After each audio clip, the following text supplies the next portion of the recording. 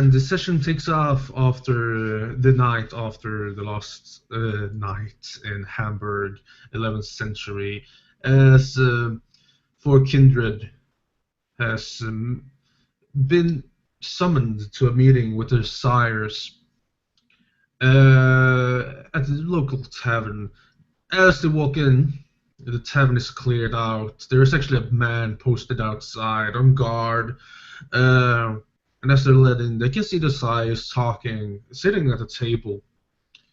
And as they all walk in, they can see everyone glance over to them, and some of the more social sires, like Halfdan the Giant, actually giving a broad welcome in that Nordic dialect of his, as he invites you all to sit down.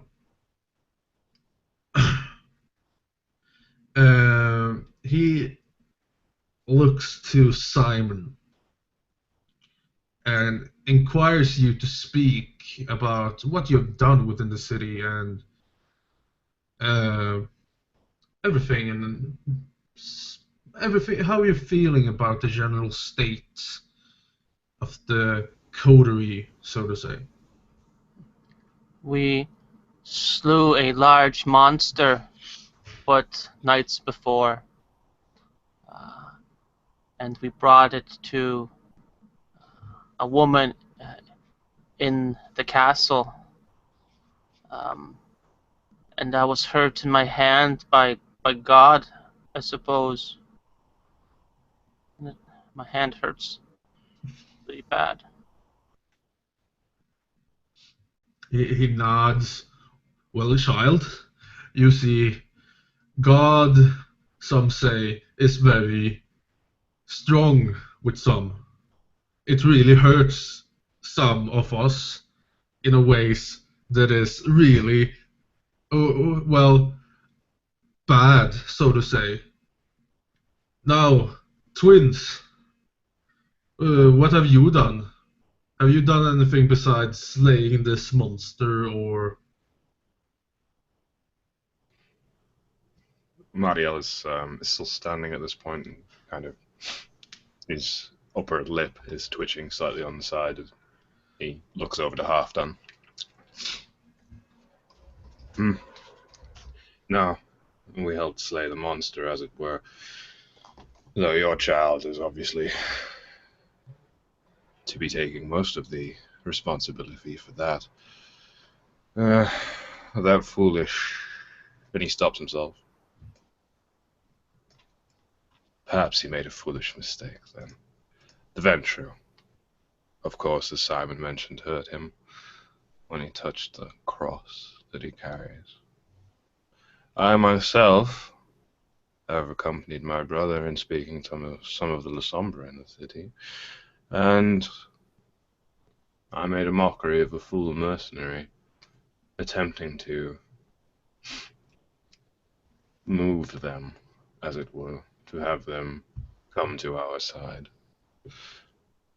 Brother, and yourself? My achievements are of the most subtle kind, I'd have to say, Austin. I profess that in my recent nights I've been assisting some of the local scholars in their administrations. Furthermore, I have managed to coil a La Sombra scholar of amateuristic note around my finger, and I'm quite certain she'll support us from now, as the slaying of the Nachts was a great boon to her. As there's generally a good nod from everyone sitting at the table.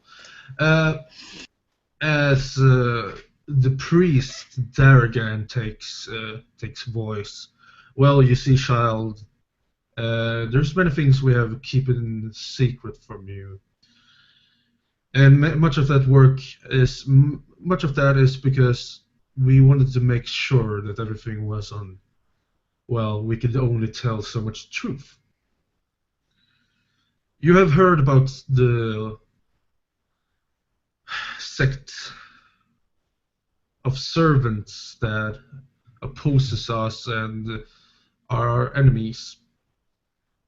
What we have been doing these nights is basically getting a hold of the lay of the land, where these servants are and who they're working for, and also, of course, if what they're working on. Many names have not been known to us during many years as we try to keep ourselves secret. But there's only been one we never really gotten a name of, which is the one we call the Rat, whose child, or maybe grandchild, we slayed, well, Damocles and Tacitus slayed in Bergen. We do now know that this sect or this person is called Dagda, who is of the clan Nosferatu. We are, however, not sure where this vampire Cainite can be found. He or she is very good at hiding herself or himself from prying eyes, using all those gifts that the clan of Nosferatu holds. Besides them, besides Dagda, the Nosferatu, there is 5 more servants that we know of. There's 2 gangrels working in the northern Francia and in the British Isles of Avalon area, named Torfia and Nefret. Besides that, there is a voivode named Doru, the Shaper of Flesh and Bone, to the east. Me, myself, have been talking with my Simichi allies, trying to get a hold of what this voivode Doru is actually doing as of now. And I've been hearing that there's some fighting going on in the east with a new cabal of vampiric sorcerers or mages of some sort. Doro wants, and I really strives to wipe the earth clean of these heretics of sorts. With his 3 childs on his side as well, he actually makes great strides with this. But he is occupied very much with this, giving us much influence in the area otherwise.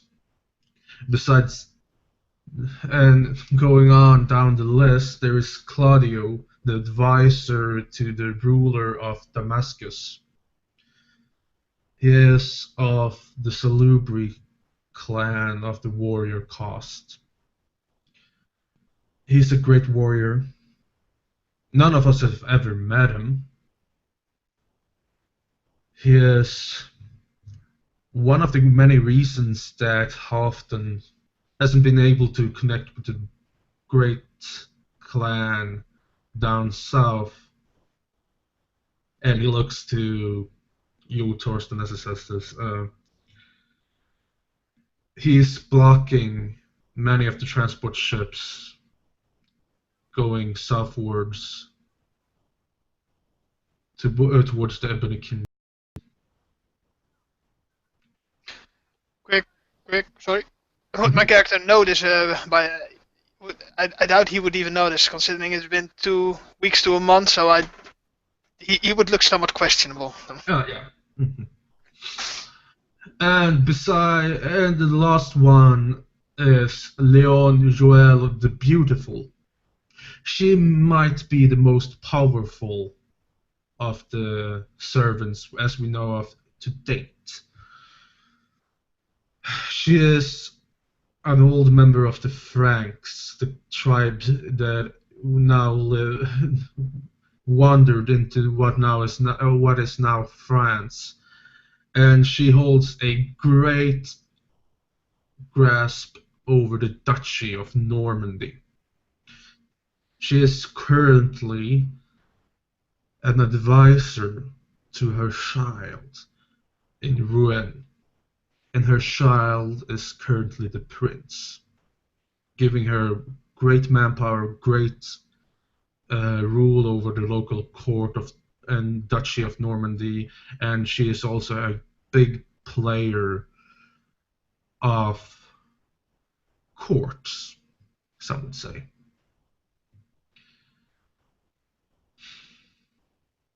We don't really know what to do with her. We're staying clear of her right now.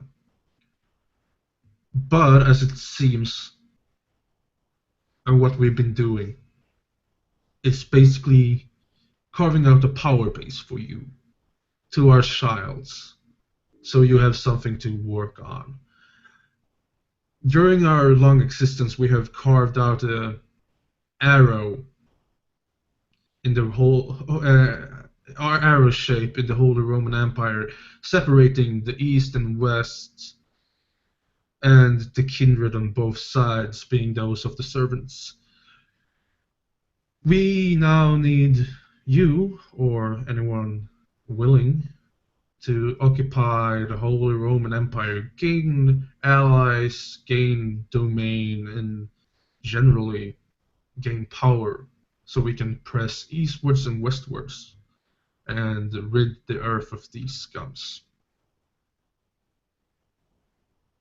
Any questions? Mariel's kind of holds up a gloved hand. Mm-hmm. Where will our power base be? Where will we go from to widen this tract? Well, with this, of course, we hope after tonight we will be able to give you domain, maybe in Hamburg or generally the area around here. If not, you will be able to gain domain in Denmark or maybe in the northern parts of Scandinavia.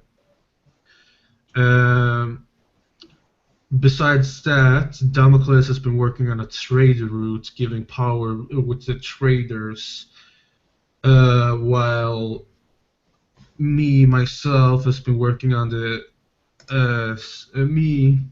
I have been working on the power, on the power basis with the Poles, trying to grant any sort of advisory role, gaining an advisory role to a local prince. Now, besides that, Halfdan has been working on a mercenary group to gain military power, and Tacitus has been working on the south of the Holy Roman Empire, trying to get a foothold there. If you want to work in Hamburg or the northern part of the Holy Roman Empire, that would be greatly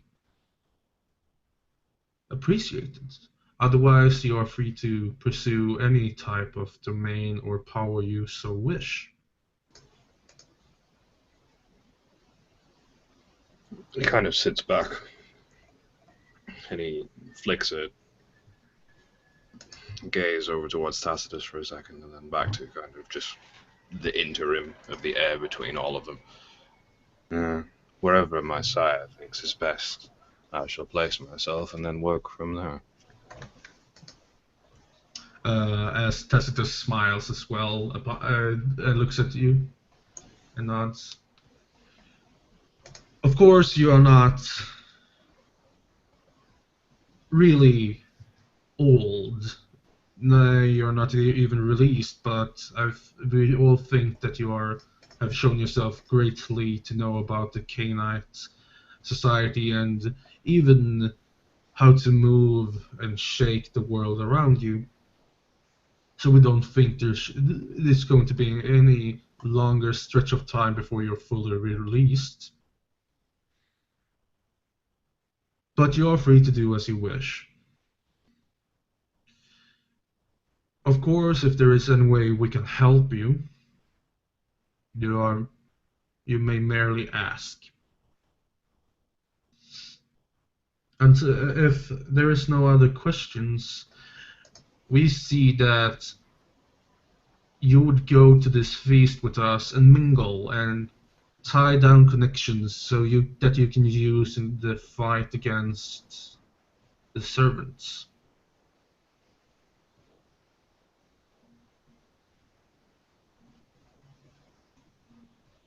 Any other questions?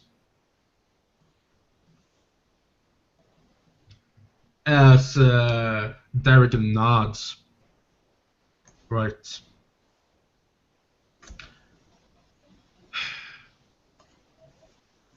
Now, we're just gonna leave as more or less this contingence of yours, this party, more or less dissolves, and you all make your way to one of the great castles in Hamburg, which now this eve holds the feast.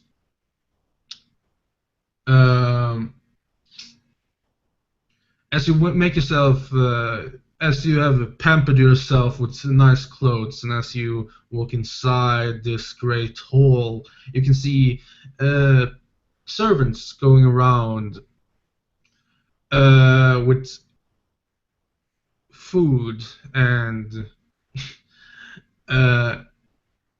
wine, ale, and luxurious things to eat, even though if that is maybe not so many actually eat. As you looking around, you can actually see some mortals, maybe ghouls, or at least people who know of the kindred Cainite condition. Besides that, you can see some other people who you would recognize. Of course, you would see Midian, now dressed in a nice purple robe. Well, not much like his usual garbs, which is torn and worn and used.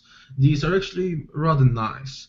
You can see Lucius, his wife Penelope, and his son Alois in a corner talking with some other kindred or Cainites, as you would believe. You can see Ilona, the female Cappadocian, who is the protege of Penelope, talking with Wolfgang, of all people.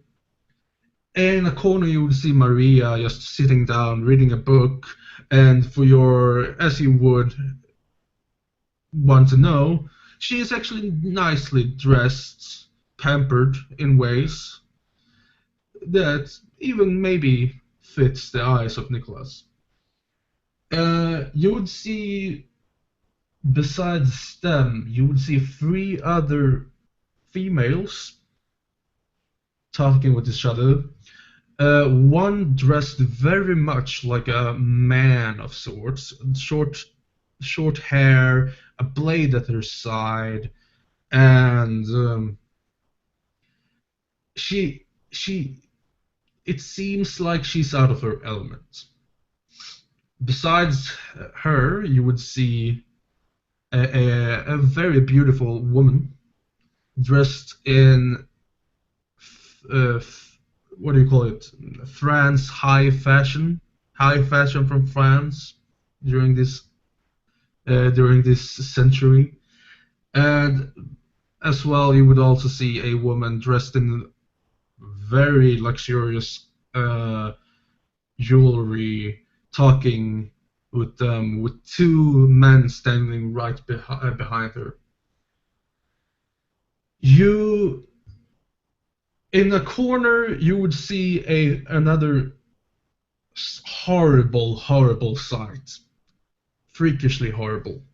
You would see a Nosferatu dressed almost as to shame the ugliness of the Nosferatu, the monstrous appearance of the Nosferatu. You would see it dressed in a ball gown of sorts, sitting in a corner, very, very embarrassed for herself. Torsten, you would see at the floor as well, talking with mortals. You would see Harald Geiger, the La Sombra you visited. And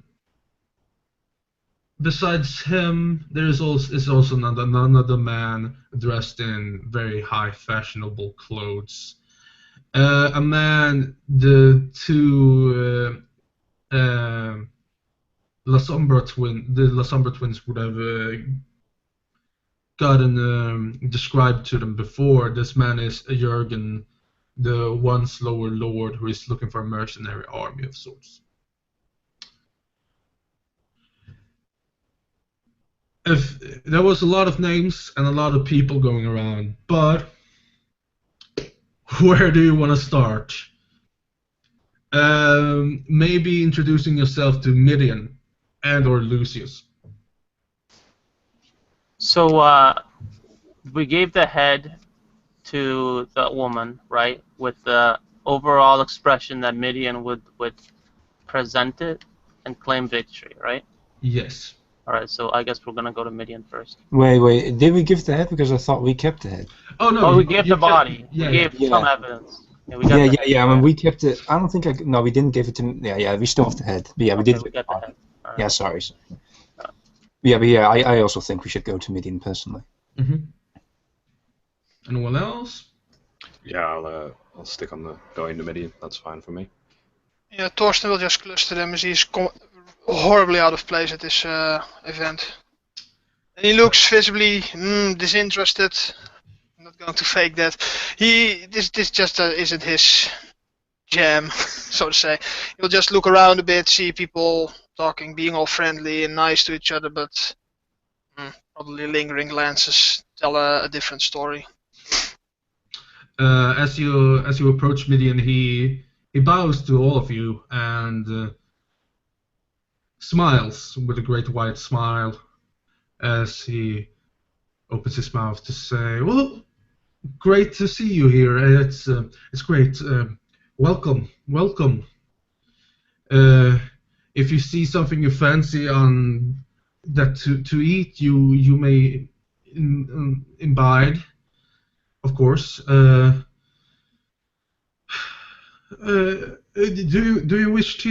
you wish me to show you around? Maybe introduce you to some people, some Canaanites?" As he looks to each and every one of you.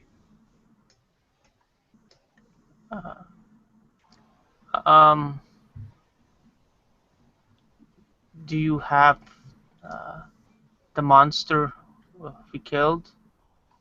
Did you look at it? As he nods, yes, I have it out back. It's just not. I'm going to have a toast later. It's Will you claim your victory after the toast? it will make a strong case for me, and in a few hours there will be a vote that's going to be had. Who here is against you? Who here do you think will not vote for you? As he looks around the room, well, of course there's Penelope and Ilona, who is not with me. The two Cappadocians are very loyal to Lucius.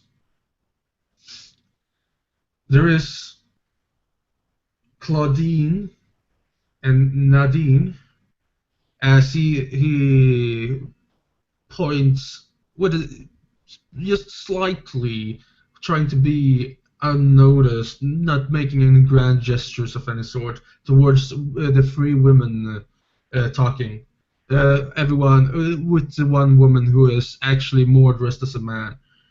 Nadine, as he points to the woman clad in very fancy jewelry, is a member of the Ventrus, and Claudine is a female toreador from France, was also very known to speak highly with the higher ups of the courts in the local area. Of course, there is also Everlida, as she points to the woman dressed as a man, who is Claudine's child. Not much like a woman at all. Besides that, these three are very much on the edge of everything. They don't really have a side yet. Maybe they can be persuaded to join any side. Maybe they will just join as you helped me deal with the monster problem. Of course, there is as well Harald Geiger, Alessandra, who is very loyal to Lucius. As he points to the man, you would recognize him as said Torsten, a man who just looks like a wealthy merchant of sorts. He says it's La Sombra now? Yes. Good, thank you. Well, there is Hans, who should be somewhere here, but I guess he's maybe not here after all. Then Vanya would take his vote, as she points to the Nosferatu dressed in a ball gown in the corner. She speaks for the local clans, all of them having only one vote.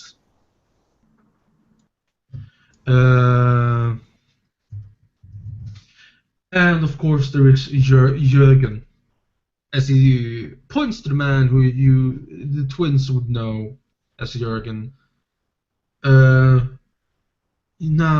He is well known with the nobles around this area, and he is a man with great ambition. And he is also the oldest of the Venture within the Hamburg area, in the Hamburg domain. Those are Is that the guy from who wanted to take over the mercenaries? That is that guy. That's fine. I just wanted to double check. Thanks. These are the people that are eligible to vote. As it stands right now, I am somewhat understaffed, so to say. I don't have so much votes behind me, but I know that Vanya would vote for me. At least the low clans are loyal to me, myself being a low clan. And of course, I think Claudine might vote for me as well. We have had a great working relationship as of late, which means me and Lucius would basically be tied in votes.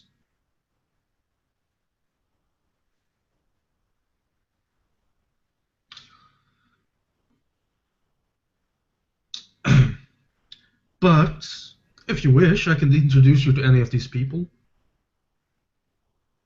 Is there anyone you are interested in? If no one steps forward immediately, Marty Ellis will kind of break slightly forward from the group.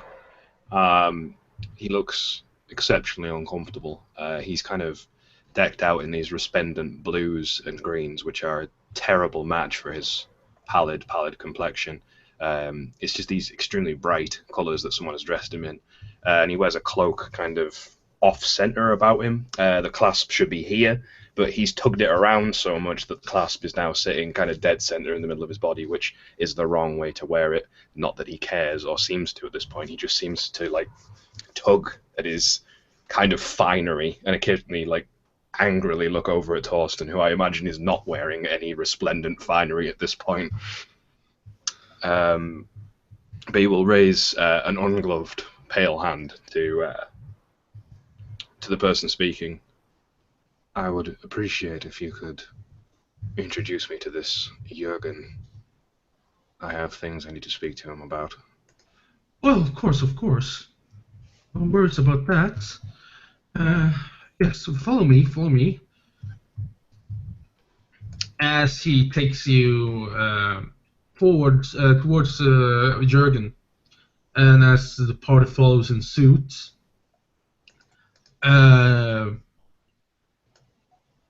he would tap Jürgen on the shoulder and bow slightly to him and raise his arms towards you. Jürgen, my dear friend, these are some kindred from Ribe working as advisors to their master and the master of Ribe. They are new to the city, not meeting many people, and you would be very kind to talk with them for a while, as they want to get a lay of the land and, of course, get to know many of the great kindred of Hamburg, Canaanites of Hamburg. As he takes a step back, making you, Marcellis, actually be the one facing Jürgen directly, as Jürgen looks to you. As you see him closer now, you can see he is actually a man of stature. He seems like he's been in a fight or two with scars spreading some of his face and some of his arms. You don't know if it's something, just he's gotten through rough upbringing or maybe through battle. But he stands a bit tall, and there is an aura of command around him as he nods to you and extends a hand. My name is Lord Jürgen. It's a great pleasure to meet all of you. Marty Ellis will kind of grasp the hand and shake it firmly once before letting his own hand kind of swing back under the cloak, which he kind of tugs on again and puts back in place. And just... Marty Ellis de Cremona, my brother Nicholas de Cremona. And he kind of... to the others. It's a great honor to meet all of you. Nicholas, Marcellus, Torsten, and little Simon. How can I be of assistance to all of you? I hear that you are new in this land, and of course, if there is any questions you have, I am glad to answer any of your concerns. Marty Ellis seems to be kind of watching various other people for a second as Jürgen speaks. He's not looking at him. And then as he finishes his sentence, Marty Ellis turns and looks directly at him. I heard that you had trouble with the Hilltop Guardians. He lets out a sigh, even though his nature does not demand that he does so. Yes, actually. But as of recently, there's been a fracture in the Hilltop Guardians. So yes, I've been able to gain some ground there, but not much. But yes, I wish to hire the Hilltop Guardians, making them go out in war and not merely guard a town forever, as it would be a shame to their abilities as a whole, actually.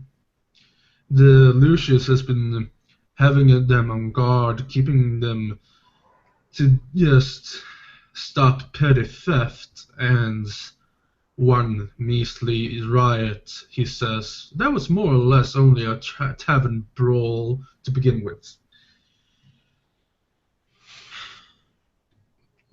Marty Ellis kind of leans in closer to Jurgen. Lucian coddles them like a fool. They are rabid and dangerous men, apart from the boy that I embarrassed at the tavern. You see, this fracture that has appeared recently, it may have been something to do with me. It may not. He perks up a bit, and I'm actually gonna roll. Your famous one, right? It is one, yeah. Okay, cool. As he looks at you, huh? You might not be much else. Mercenary from the south, maybe. 'Tis I. I heard some things about you working in different companies. Now, I would never guess that you were embraced. Surprises for us all, then, I suppose. From what I was told of you, I wouldn't have thought of you as a fighter. I used to work in my father's group of armed men working for the local lord, the High Lord, many years ago. Good. Good.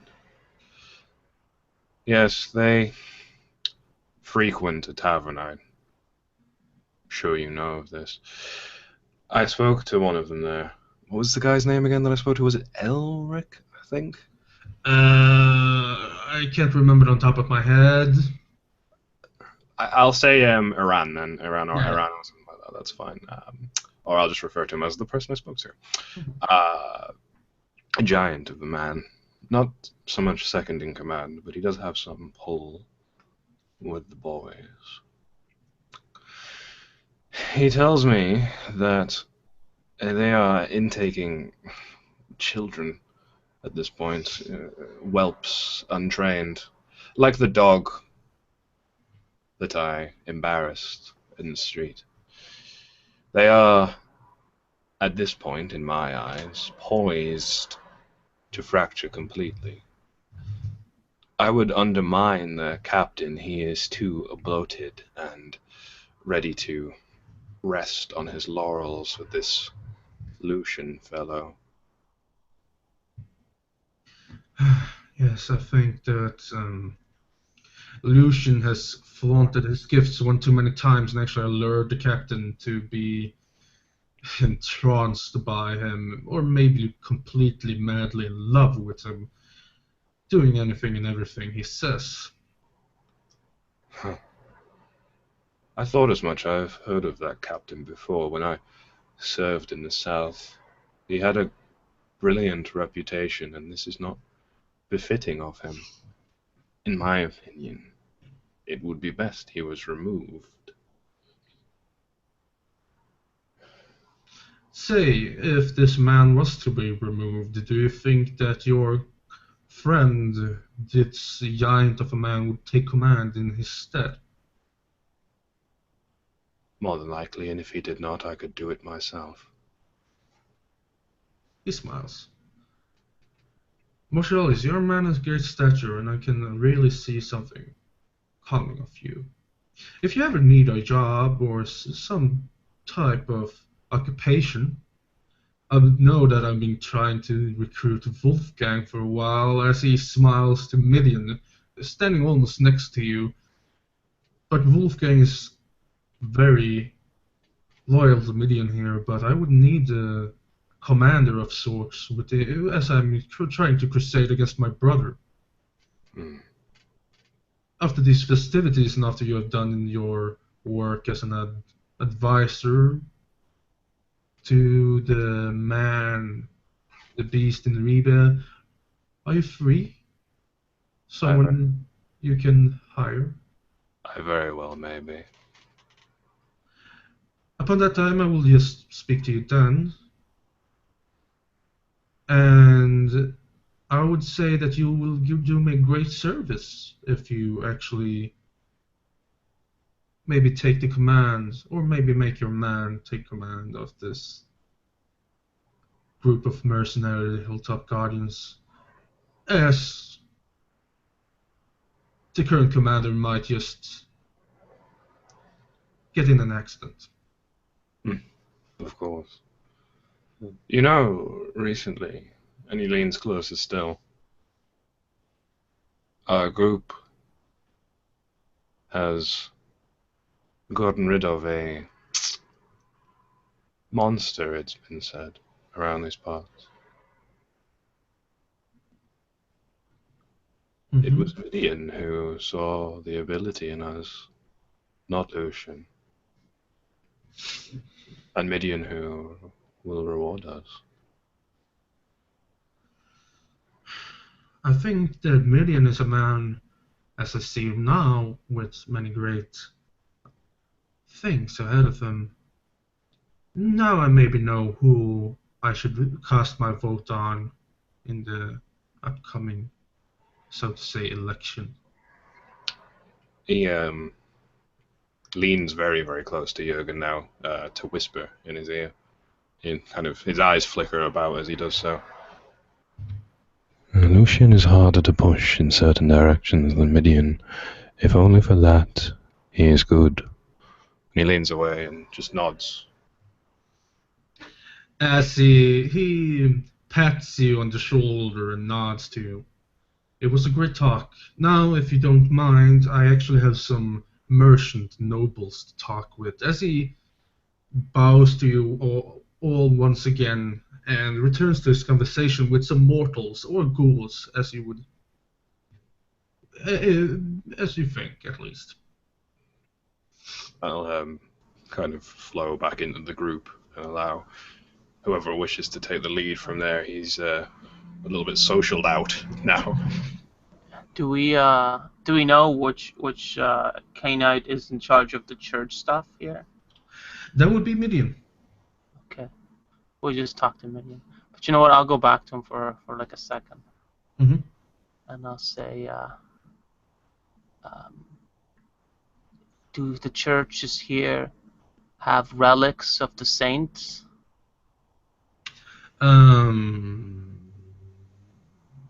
Out of character, I think Hamburg has like Saint Ansgar, or whatever hell his name is, and so does Ribe.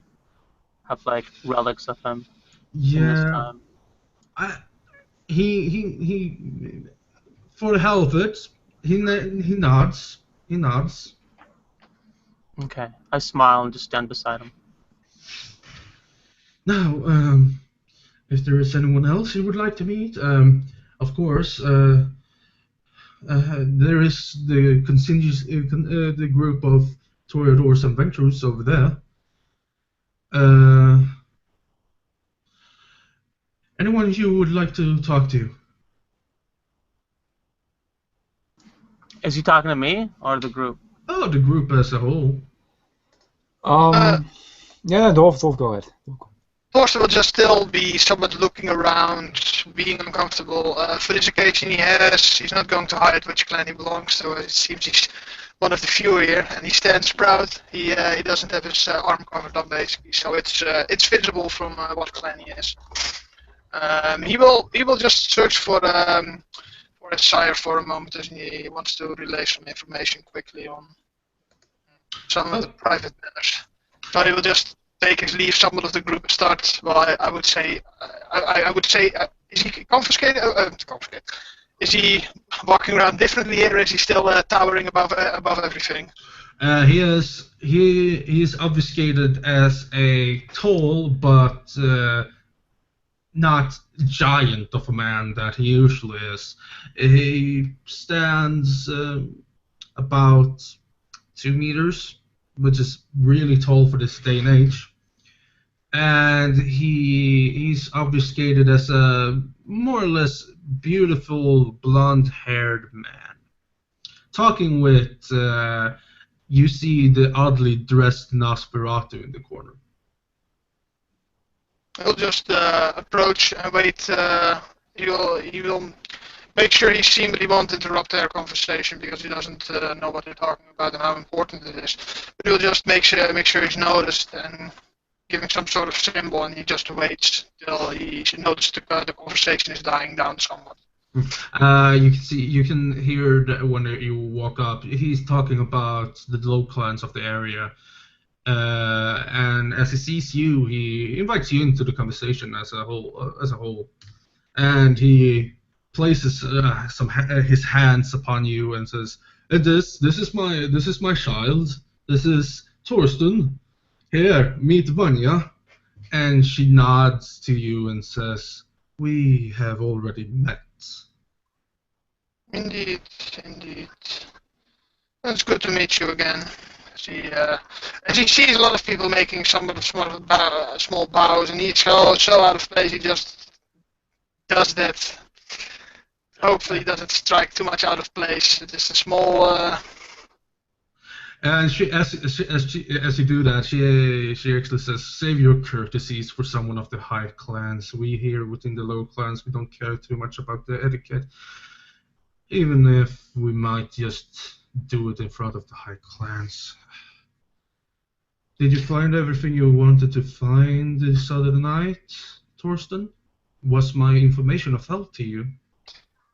Yes, but I didn't find what I want. But as he takes a look towards the direction where that compass is, just at least it gave me somewhat of a guidance towards what I'm looking for. Oh, quickly out of character, my screen froze. Am I still roboting like insane, or? You're roboting, but I can hear and understand you. Yeah, the issue. I don't know what it is. I don't have any. It's only here because on 2 other programs it's working fine for the moment. So sorry. No worries. Go ahead. As he leans somewhat close to Halvdan, can we talk in a moment, somewhat more private? He nods. Of course. As he excuses himself to Vanya in your behalf as well, as he takes you a few steps away. Now, child, what do you wish to speak about? A few things.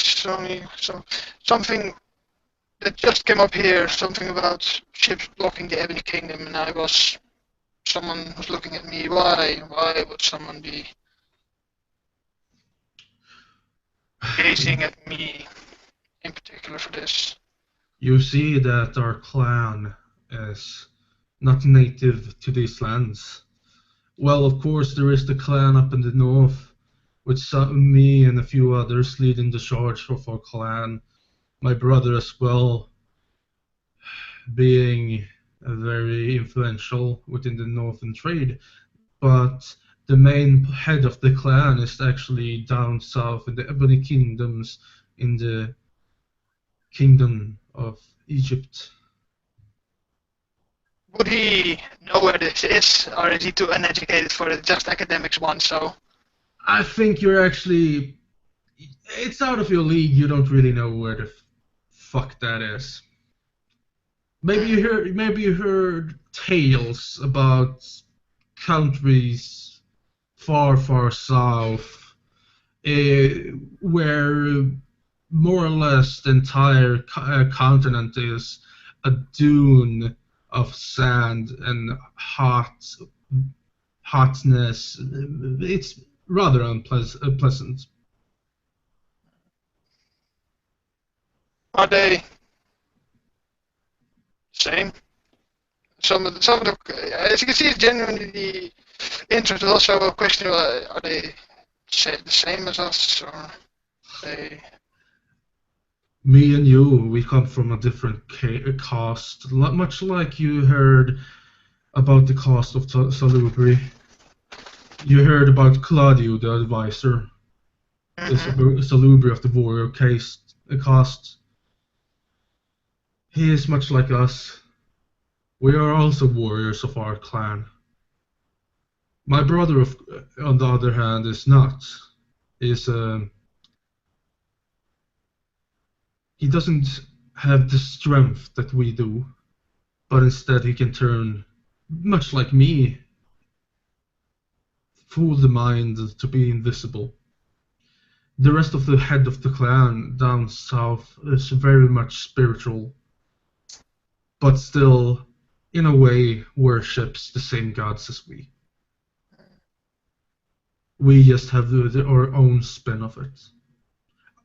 But this is not the place nor the time to talk about this, child. I will tell you everything as soon as we get out of Hamburg. I will teach you the way of our clan, about the warriors path.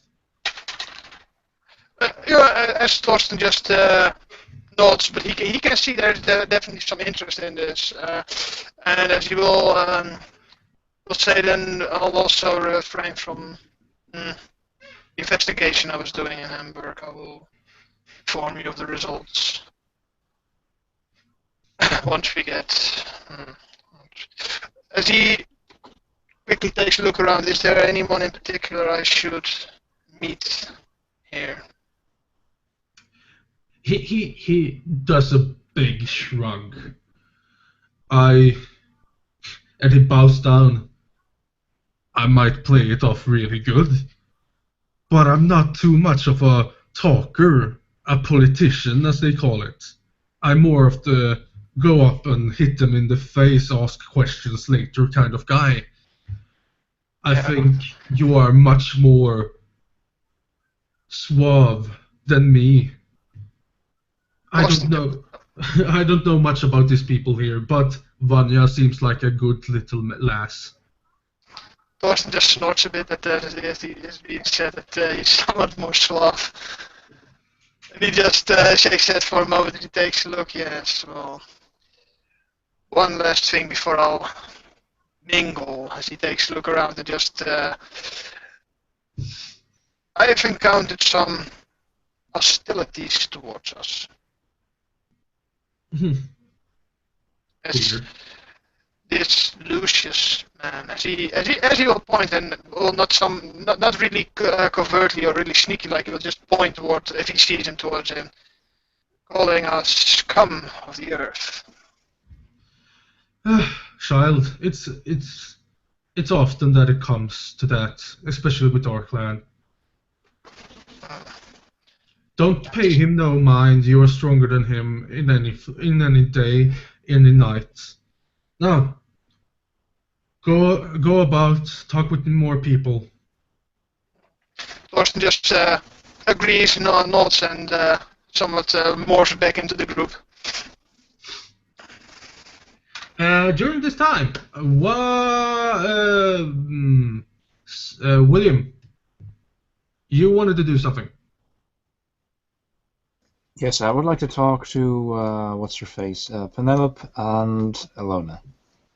Right. The Cappadocians. Yeah, they're sitting down, talking with each other, and as the group, as Thorsten makes his way to differ himself from the group, and you all walk over there, they nod to you and smile, and Penelope is happy to see you, as you would guess, at least. And Ilona is indifferent, but very courteous anyway, bowing and being nice. As she points to some seats in front of her. You may sit if you want to. What's the name of the dude that they're with? Is it Lucian or Lucius? Lucius. Okay, I'll say, where is Lucius? She points over by an exit. You see Lucius talking with Alois and Harald Geiger about something. You can't really hear what they're talking about, but they're talking somewhat in private. They're talking over there. And now some type of agreement of sorts, I would guess. He looks confident. Of course. When does he hope to declare himself prince? If everything goes well, and everyone eligible for voting is rounded up and the votes are cast, we think after this night he would be prince. Hmm. I'll nod slowly. Are we allowed to vote? She shakes her head. No, Why? you have not been the sufficient amount of time within the domain, and you are not all of High Clan. But I am child of Daragan. It is known that your sires on in their respective domains are very known people, but alas, they are not of this domain. They have not been here the 50 years that is required to cast a vote. I look down at my bare feet. I'm sorry to tell this to you, child, and I know that you are of the same clan as me. Even I had a conversation with your sire not too long ago, and he's a very known man and a very intelligent man, but alas, he is not eligible to vote.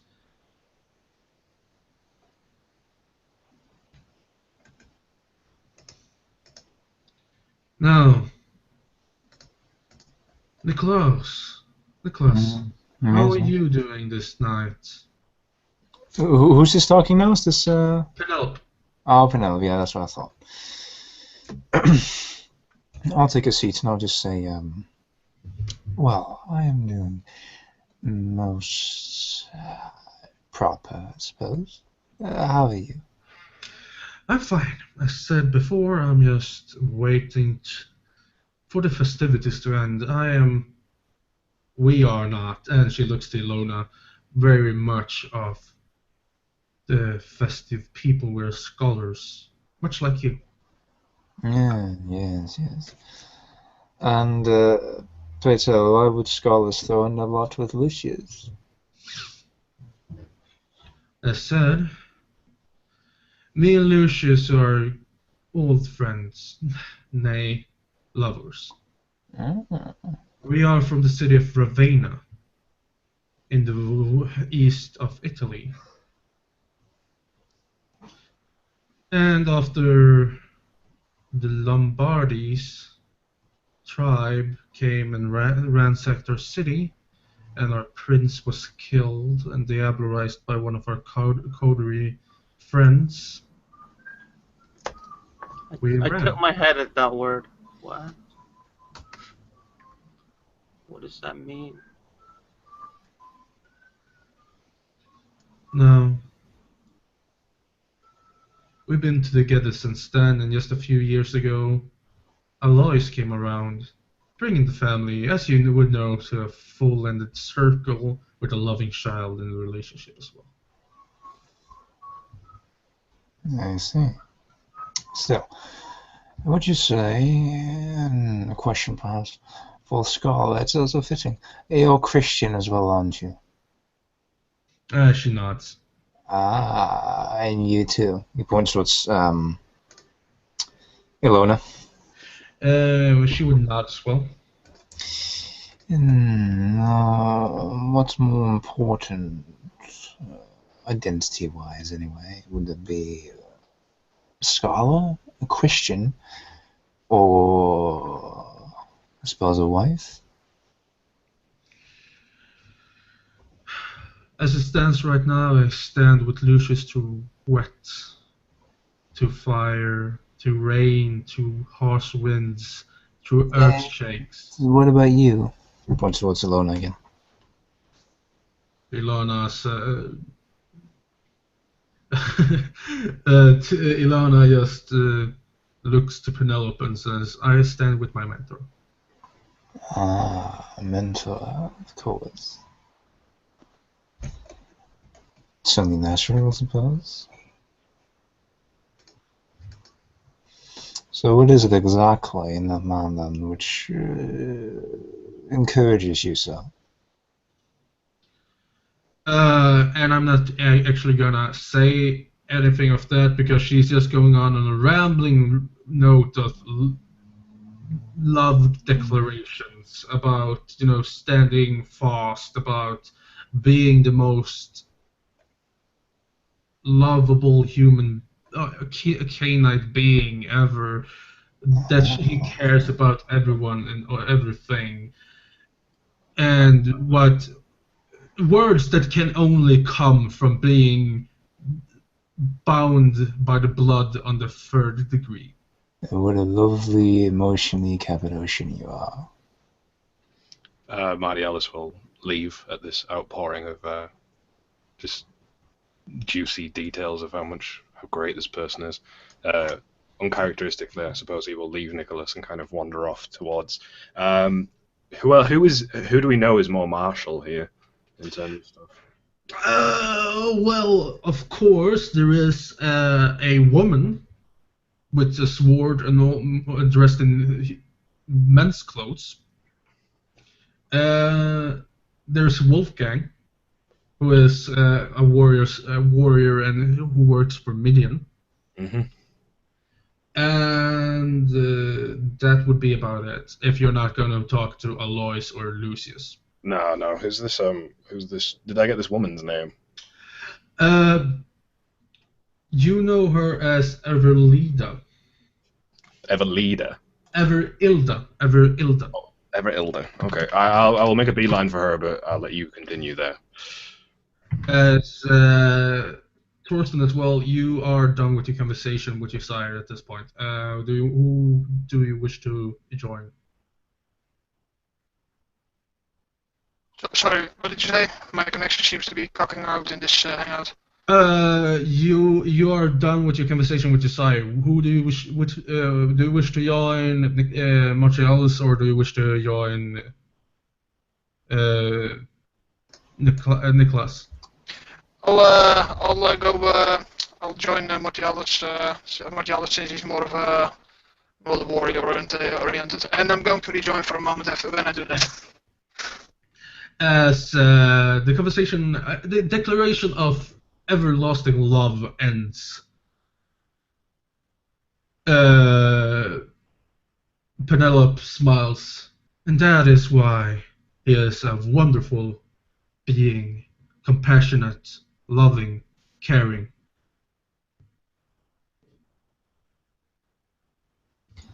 How quaint.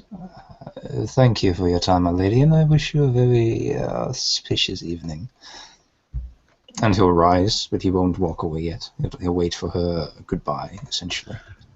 She nods, does the usual greetings of etiquette, or goodbyes that comes with etiquette, as you are all allowed to leave. Yeah, I'd like to go to... I'll move towards Maria. Right. And with that, we go to Martialis as you approach Everilda. Do I know her name yet, or? You have been introduced to her by Midian. He has pointed her out and told told her name. Yeah. So you would know the name of her at least. Yeah. Marty Ellis will kind of approach and wait for Thorsten to come with him because he noted that he was coming with him. Mm-hmm. How far am I away from Nicholas at this point? The meeting hall as a whole is not big. I mean, maybe if you're standing at one end and looking to the other end would be at 110 meters. So it's almost more or less impossible to be less than 50 meters away from as long as he's within. As long as he's within vision. Yeah. Is Simon still with Nicholas at this point? Just so I know where everyone is. Sure. Okay, cool. Just so I can see the both of you. That will really define how much he's looking over his shoulder. Because he can see both of them, he will keep looking, even when he's speaking and introducing himself. And he kind of abruptly walks up to this woman in male's clothing, who... Did you say she's clearly got a sword as well? Yes. And he looks down and he just pointedly stares at her sword. He does not have his with him, and he kind of like sweeps the cloak about him as he kind of ruffles himself up, and then again just tugs at the clasp on it, or the rope that's keeping it in place, and he pulls it round into the wrong position, and then kind of stands and just kind of stares at her for a second. Now you seem like a man who feels in these kind of types of clothes like I feel in dresses. Would you stop pulling at your clothes, would you? And he kind of enviously, I suppose, looks at Torsten a second and what Torsten's wearing, and I am Martiolus de Cremona. My friend here, Torsten Ethelwolf. She nods. My name is Evelida, child of Claudine. As she points over to the woman dressed in France's high fashion of the era, who is talking very loudly. I am pleased to meet both of you. You seem like very great men, but I am not too keen on talking. She trails off. Martiolus looks confused, his brow is furrowed in the middle, and he is staring over at the person who was said to be her sire. And he's staring at this woman gesticulating, and she's just covered in this illustrious fashion that's even more decadent than what he's wearing, and to him, yeah. And he just... That is your sire. Yes, that is my sire. Is Tacitus nearby? Tacitus is sitting in a chair in a corner, just looking at people. How fine are his clothes? His clothing is fine, but you can see some, as he is old, you can see some hints of tribal clothing or jewelry and stuff such on his person. That's fine. So he's dressed me like a monkey in this term, so that's fine. Has he washed his fucking hair at this point?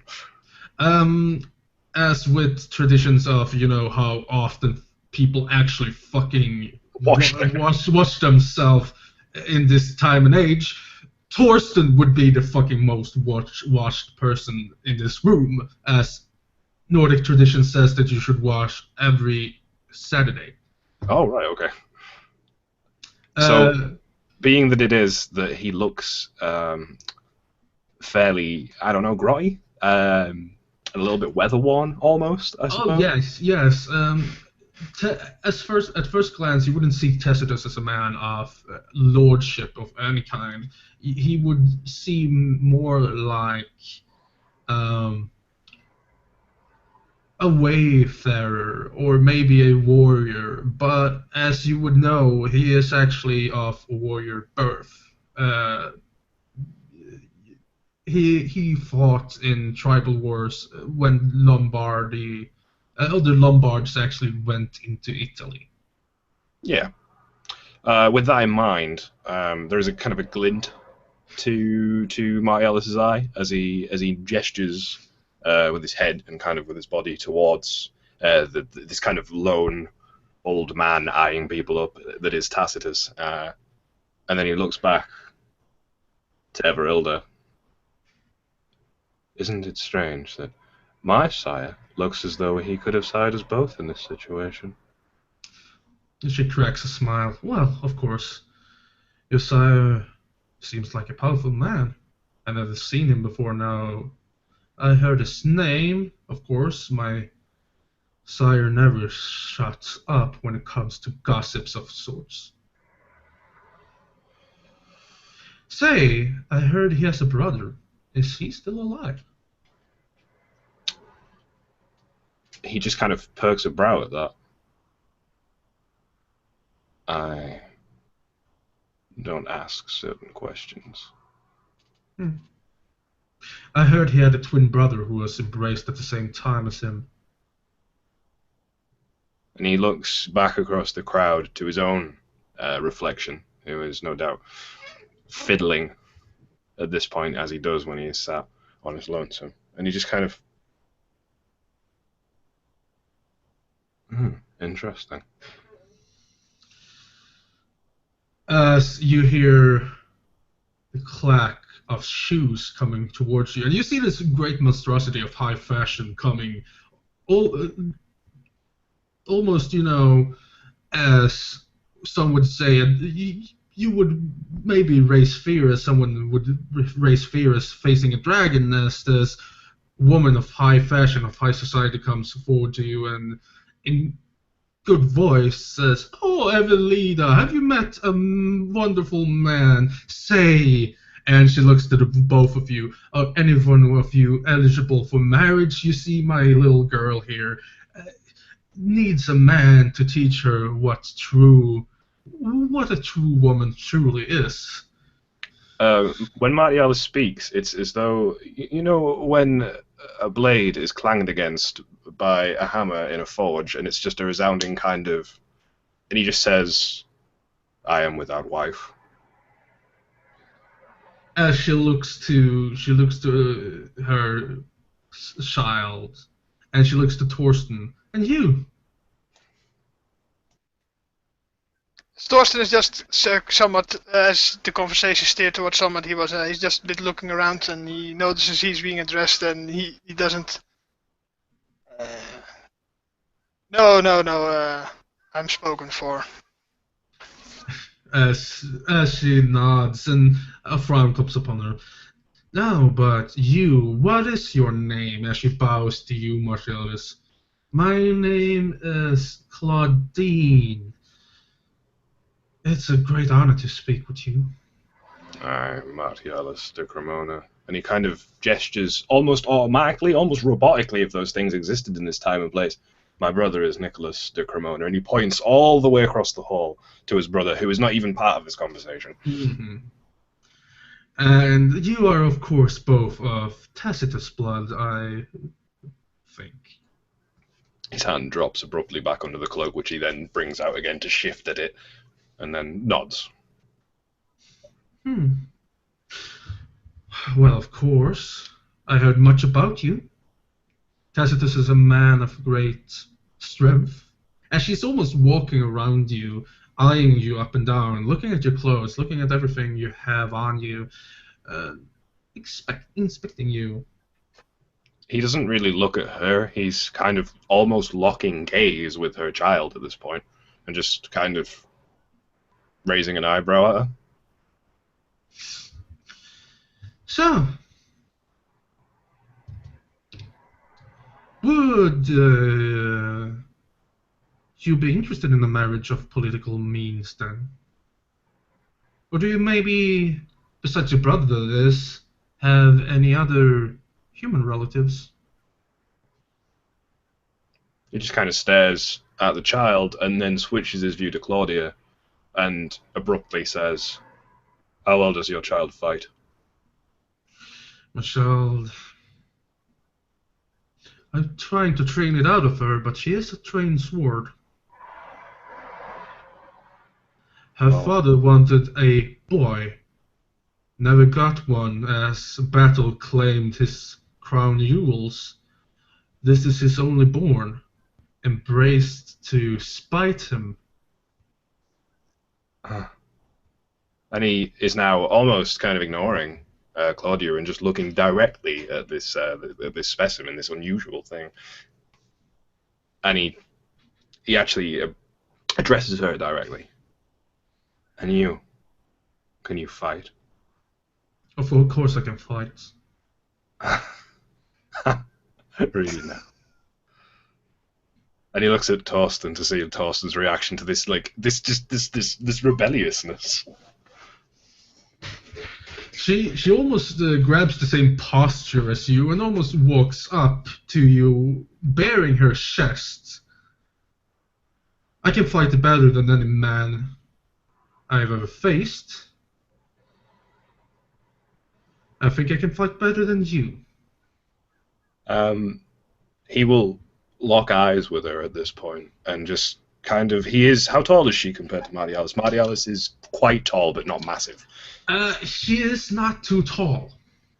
She stands just an inch or two higher, higher than, or taller, that is, than the normal woman of the age.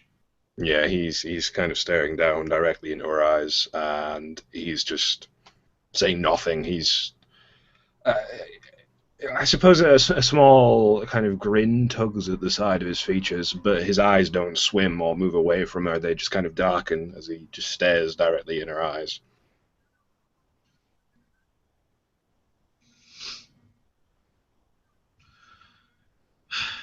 It would be a great honor to fight you sometime. Yes, we should do that after Sure. this frivolity is done. Ah. Mother, am I excused? And she looks to Claudine, sorry.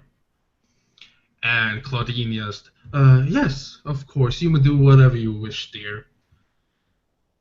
And Evelida walks off.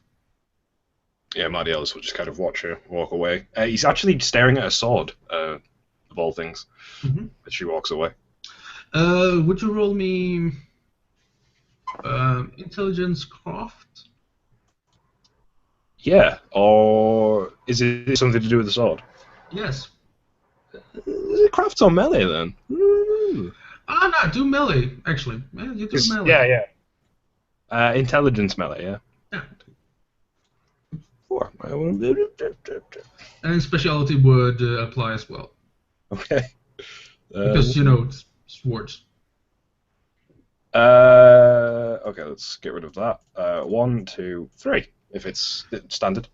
It is a freakishly fine sword of great craftsmanship. You have not seen anything besides maybe one or two of Tacitus' own personal swords that is of this level of craftsmanship.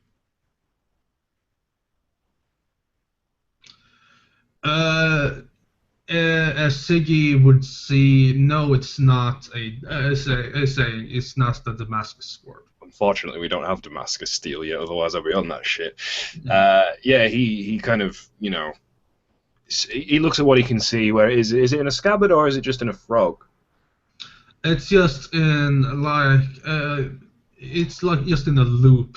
More or less. Yeah, it's just in a free frog then. Yeah, he just kind of looks the blade up and down, appreciatively, almost like a human would look at a woman, I suppose, without so much of a grin on his face. Just his eyes seem to twinkle, and he kind of like touches Torsten on the arm and leans closer. Did you see that blade? It was exquisite. Would I be allowed to make a roll to see if I know if it is exquisite? Yeah. If you wanna. Fuck it. No. Besides, I don't really care. My character don't really care. It doesn't really care. It's a sword. It looked too nice to him. So as he will said to Martialis, yes, it looks a bit too clean for my taste. Well, perhaps I can do something about that later. And he kind of looks around and looks back to his brother at this point. I'll give it back up to you, Simon and Nicholas. Yes. As he said, before you wander off, he says to you quickly, yes, well, sparring is fun, but I prefer a fight where something matters, like we had a few nights ago. I hope that we encounter something more of that nature. As we look over to Simon and Nicholas, what are you people doing? You wanted to go and talk to Maria, right? As you walk over to Maria, she is sitting, reading a book, finely dressed in a black dress, almost like, would it be at a church or a graveyard, you would think she is in mourning, but alas, it's not. It's in a feast, a festive hall. As you approach, you can see she's reading a book about, I think, some sort of occult mysticism of the West. Yeah, probably. She reads all kinds of. It's the only thing she reads, as far as I'm concerned. So I'll just stroll up and I'll just present myself. I won't say anything. We just present myself. Make sure I'm not interrupting anything. In usual fashions, it takes a moment to finish her page and putting the bookmark in place where she just stopped as she looks up. Oh well, Nicholas, nice to meet you once again. How have your last night been since you caught that monster? They've been quite boring, I suppose. Yes. How are your nights? I've been talking to Midian some. He's Yeah. agreed to our little experiment of trying to get some scholars and spread knowledge between us. Good. And of course, yesterday some students came to one of my night classes, which was great as well. How did it go? Of course, it went well, even though they were still afraid. Afraid of what? Monsters going bump in the night. Which specific monsters, my dear? All of them, I guess. Of course. Well, I suppose. Pray tell. Midian, you'll be backing him, as I assume? Yes, but I've only been here for 20 years, so I'm not eligible to vote. Oh, my dear, how many of us are even around for 50 years in a place like this? A few of us have been, but not many. No, I suppose not. Of course, there is the ever-present problem with the raids that has been on Hamburg. From the Vikings 200 years ago to present-day Poles. Would you really consider a small raid of 200 years ago present-day problem? As she looks over to the very big and very blonde man standing in the corner talking in a Scandinavian accent. Yes. There well. So could excuse the audacity of even suggesting it. Couldn't we consider such a feast to be largely moot? I mean, most of us here can't even vote. Yes. In many ways it should be. But, as always, it's just pleasantries and etiquette stand in the way of great scholarship. Yes. He kind of looks at her book.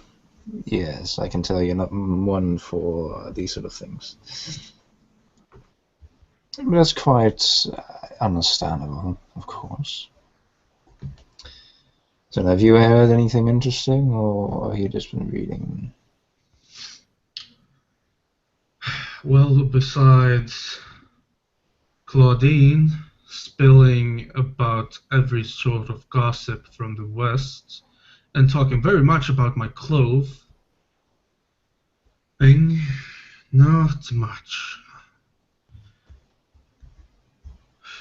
There is, of course, I've been trying to talk to Harald Geiger, trying to gain more resources for the scholars within the Bishop's Tower, but not much have come from that.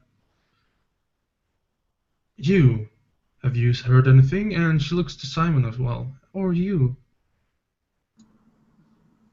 Who here upholds this 50-year rule? There are so many under 50, and that there is no prince.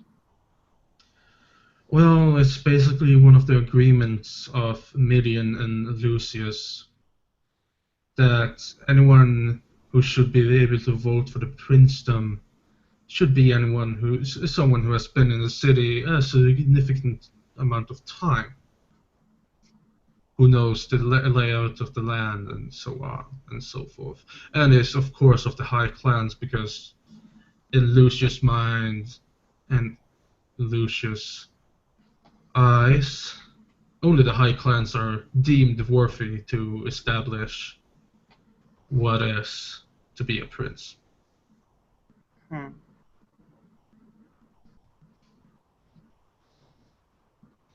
Okay. Seems like Midian puts himself at a disadvantage this way. Midian has always been the martyr.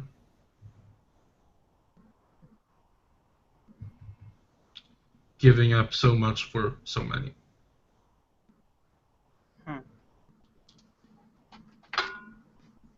Okay.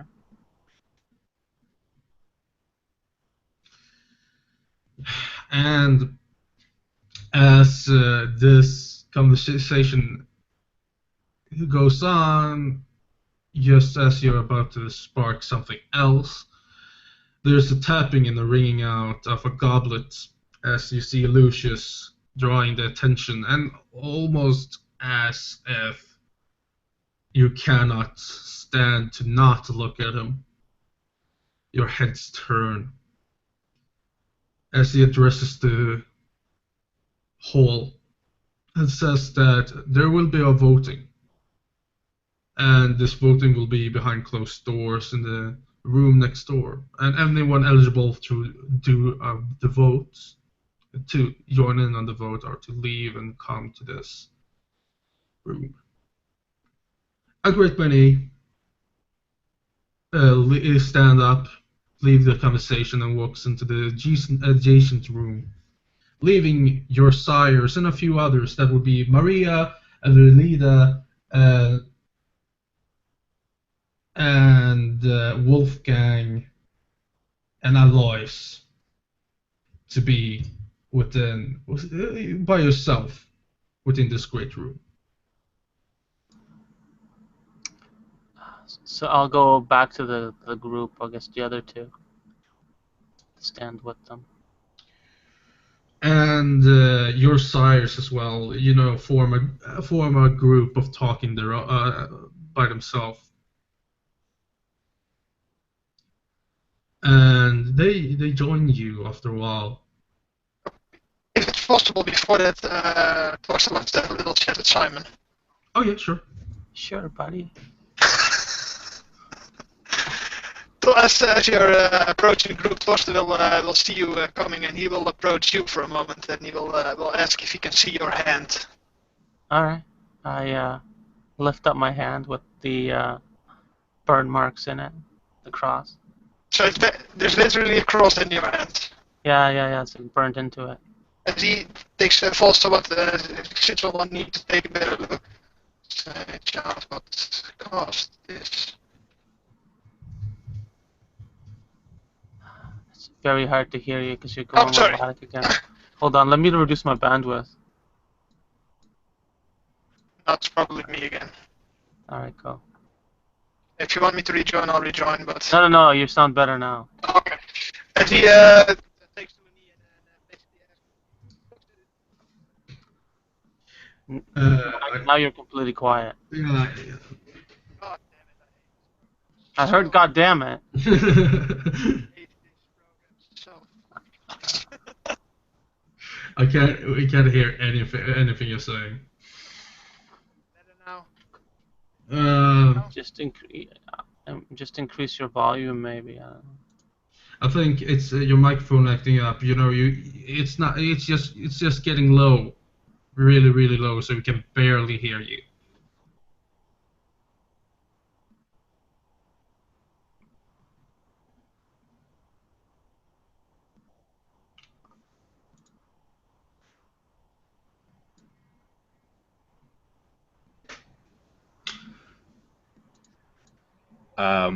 If she's just sitting in a corner, he will kind of.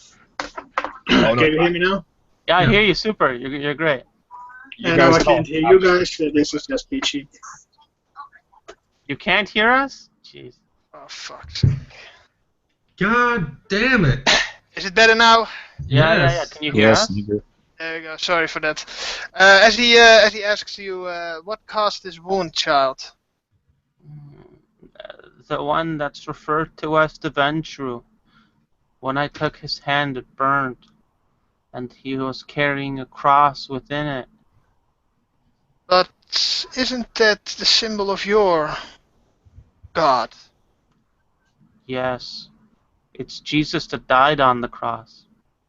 Yes, and you and your sire are devoting so much of your time and, well, life, I would say, towards this God, right? Yes, I was raised in the monastery. So, why would the symbol of him cause you so much harm? I don't know. Have you ever considered that your God might be angry at you or disappointed with what you have become? I look down, and my shoulders sink. Why?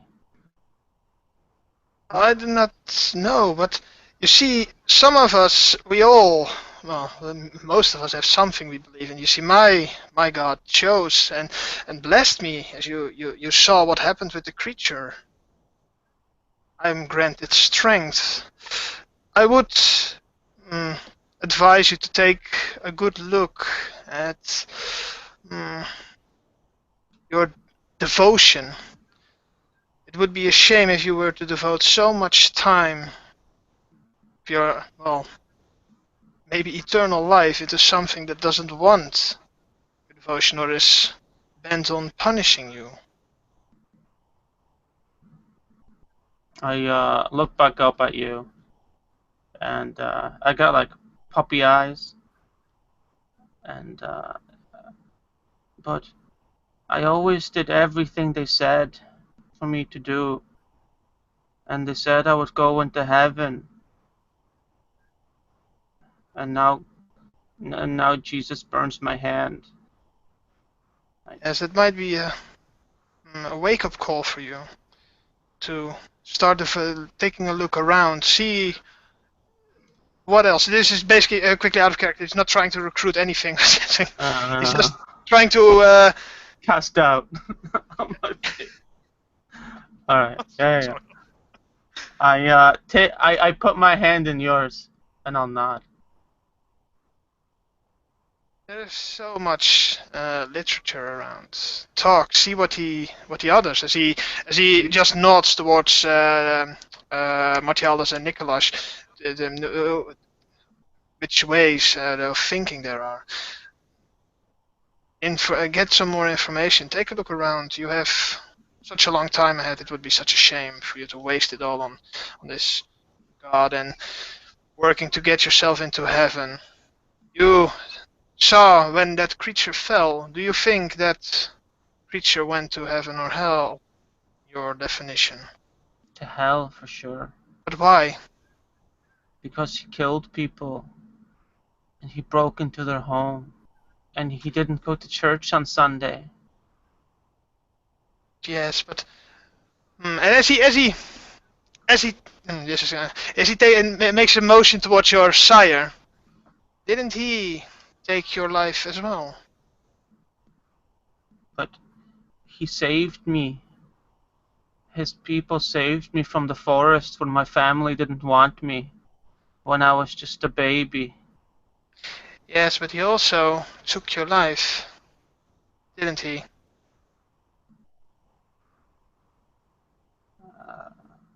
I look back down to my bare feet again. You see, it's so easy to stand on a pedestal and determine who is evil and who is good and who is going up or who is going down to heaven or to hell. In your terms, if those who kill others, then you would condemn me to hell as well. But what if I told you the people I killed tried to kill me as well, charging at me with their weaponry, trying to hurt me? But you don't believe in God. You're a heathen. Of course you go to hell. Yes, it's so easy to judge. But as he said, at least I know where I'm going then. But you, as he taps on that cross burnt into your hand, well, it seems you will be joining me then when the time comes. As he releases your hand and just gets up and slowly walks back to the group. Alright. I detach myself from my humanity as I spend the willpower point and just stand lifelessly near you guys.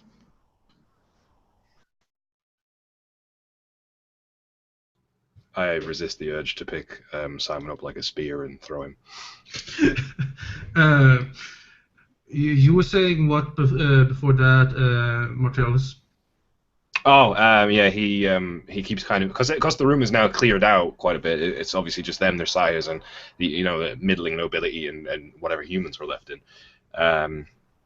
He kind of keeps flicking his glance back to Nicholas as he approaches this female. Mm-hmm. Is she sat in the corner? Yes, she's Yeah. sitting. Go on. Sitting, almost staring out into nothingness. Seems to be bored out of her mind.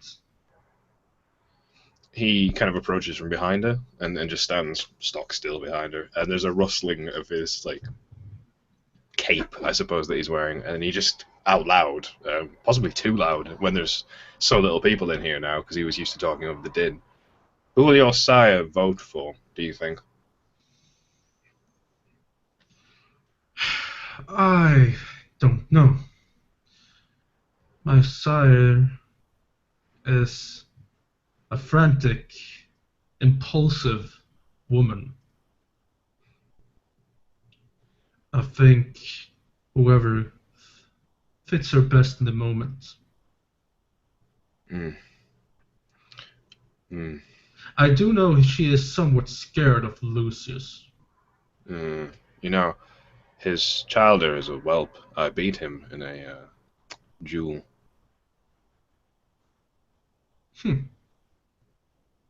Well, I say. As she turns to you, well, that proves something. It shows that you can beat a silly, very weak mother's boy in single-handed combat. We all know that he is a weak man. That he... And she lowers her voice. There's even rumors that she still sucks on the breast of his mother. No.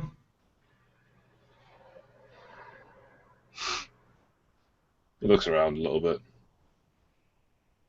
Do you have a dagger? You would have one as well, as his courtesy. You almost... everyone... Yeah. Everyone has a dagger. You eat with it. You do everything with your dagger. That's fine. He'll draw his own dagger and he'll just cut the twine keeping the cape on. It just kind of falls off his shoulders and he just stands there, abruptly more kind of loose now, though his whole outfit is now ruined, I suppose, because it just kind of falls open at the chest, and he just kind of stands loosely.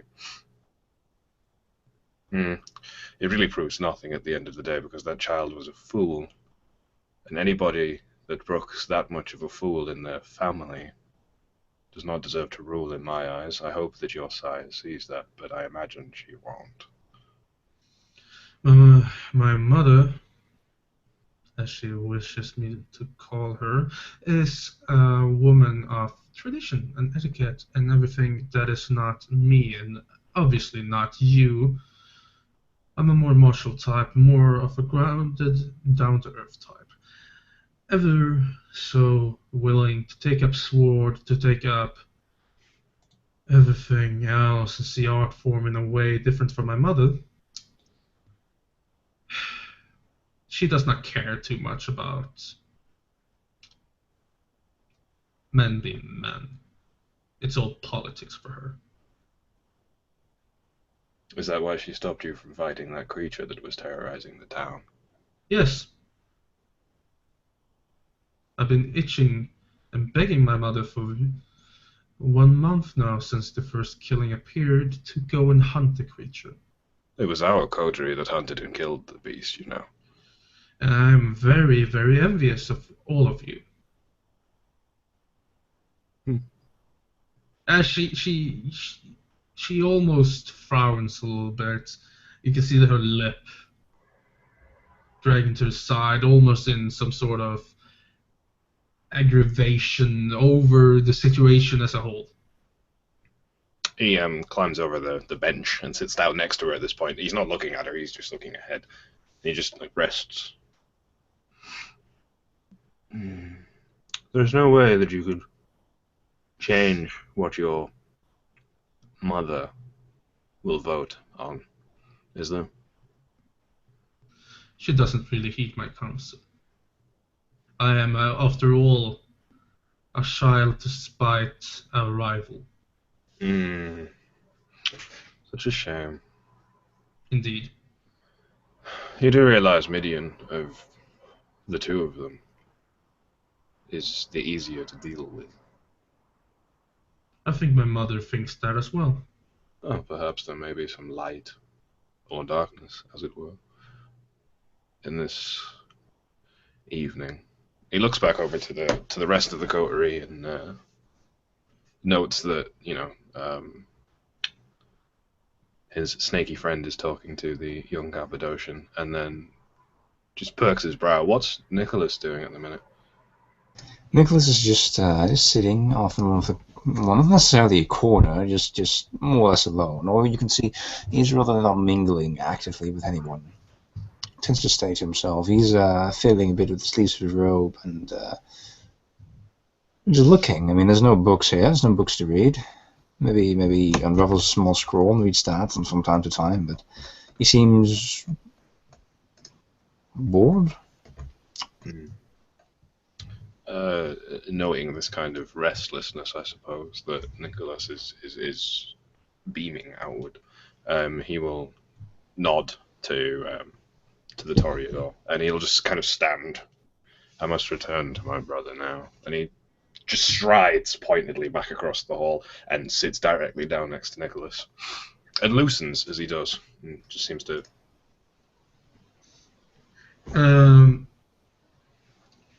As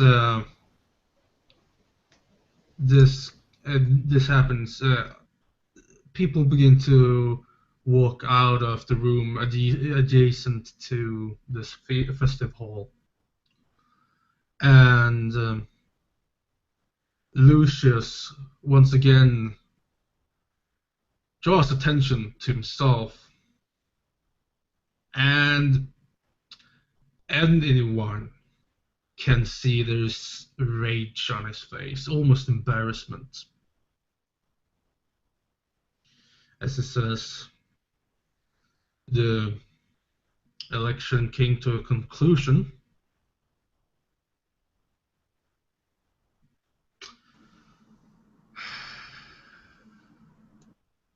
By a vote of 3 to 2, with the rest withstanding their votes, Midian has the right of princedom over the city of Hamburg, which he has gladly accepted.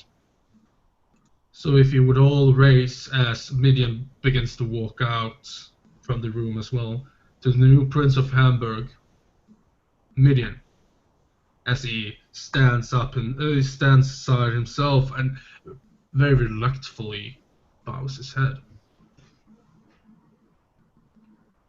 Your sires as well follow suit and bows. And I hope that you do as well. Yeah, only after Tacitus has done it will he do it. They all bow, everyone bows, even those who are not too formal, like, for example, Vanya bows. And with that, the night of festivities will end, and so will the time in Hamburg, as next time we join the coterie, it will be at another time. It will be in the year of 10,000 1096 as the 95 actually, as the Great Crusade is about to take its place.